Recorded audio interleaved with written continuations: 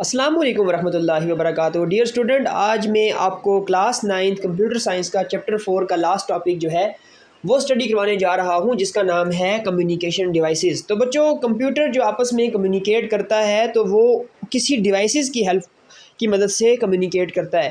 تو وہ ڈیوائسز جو کمپیوٹر کو آپس میں کمیونیکیشن کے لیے یا نیٹ ورک کے لیے ضروری ہوتی ہیں، ان کو ہم کمیونیکیشن ڈیوائسز کہتے ہیں۔ سب سے پہلے جو کمیونیکیشن ڈیوائس ہے وہ ہے ڈائل اپ ماڈیم۔ تو وہ جو ڈائل اپ ماڈیم ہم اس لیے استعمال کرتے ہیں کہ جب ہم اسٹینڈرڈ ٹیلی فون لائن کے تھرو اپنے گھر پہ انٹرنیٹ یوز کر رہے ہیں تو ہمیں ڈائل اپ ماڈیم کی ضرورت پیش آئے گی۔ اب کیوں؟ کیونکہ ٹیلی فون لائن جو ہے وہ انڈرسٹینڈ کرتی ہے صرف اور صرف اینالاگ سگنل کو، اور ہمارا کمپیوٹر جو ہے وہ انڈرسٹینڈ کرتا ہے ڈیجیٹل سگنلز کو۔ تو ہم نے اب ایک ایسے میڈیم کا استعمال کیا جو اینالاگ کو انڈرسٹینڈ کرتا ہے، اور ہم جس چیز کے اوپر ڈیٹا ٹرانسفر کر رہے ہیں، جو ہمارے پاس سینڈر ریسیور جو ڈیوائسز ہیں وہ تو ڈیجیٹل ہیں۔ تو اب یہاں پہ ڈائل اپ ماڈیم جو ہے وہ کیا کام کرے گی کہ کمپیوٹر میں ڈیٹا سینڈ کرنے سے پہلے اس کو ڈیجیٹل سے اینالاگ میں کنورٹ کرے گی، اس کو ہم ماڈولیشن کہتے ہیں۔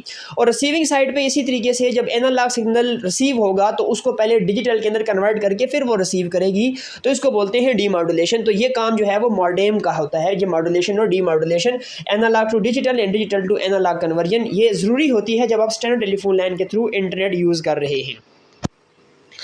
اسی طریقے سے ہمارے پاس جو ڈیوائس آتی ہے وہ آتا ہے نیٹ ورک کارڈ۔ تو بچوں، نیٹ ورک کارڈ یہ ایک کارڈ ہوتا ہے جو آپ کی ڈیوائس میں، آپ کے کمپیوٹر میں لگا ہوتا ہے۔ اس کی مدد سے ہی آپ انٹرنیٹ کا حصہ بن سکتے ہیں۔ اگر آپ کے پاس NIC کارڈ موجود نہیں ہے تو آپ نیٹ ورک کا حصہ نہیں بن سکتے۔ بلوٹوتھ، وائی فائی، کوئی بھی جو آپ انٹرنیٹ کنیکشن یوز کرتے ہیں آپ اس کو استعمال نہیں کر پائیں گے۔ NIC کارڈ کے اوپر ایک یونیک نمبر ہوتا ہے جس کی وجہ سے آپ کا ایڈریس جو ہے وہ نیٹ ورک کے اوپر پرووائڈ کیا جاتا ہے، جس سے پتہ لگتا ہے کہ بھائی یہ جو ڈیوائس ہے یہ کون سی والی ہے، اس کا کیا یونیک نمبر ہے۔ اسی طریقے سے یہ ڈیٹا کو ٹرانسفر کرنے سے پہلے اس کے اندر اس کو ڈیٹا کو چیک بھی کرتا ہے کہ اس کے اندر کوئی ایرر وغیرہ تو نہیں ہے۔ تو آپ جو نیٹ ورک کیبل لگاتے ہیں بیسیکلی وہ آپ نیٹ ورک کارڈ کے ساتھ ہی اس کو اٹیچ کرتے ہیں۔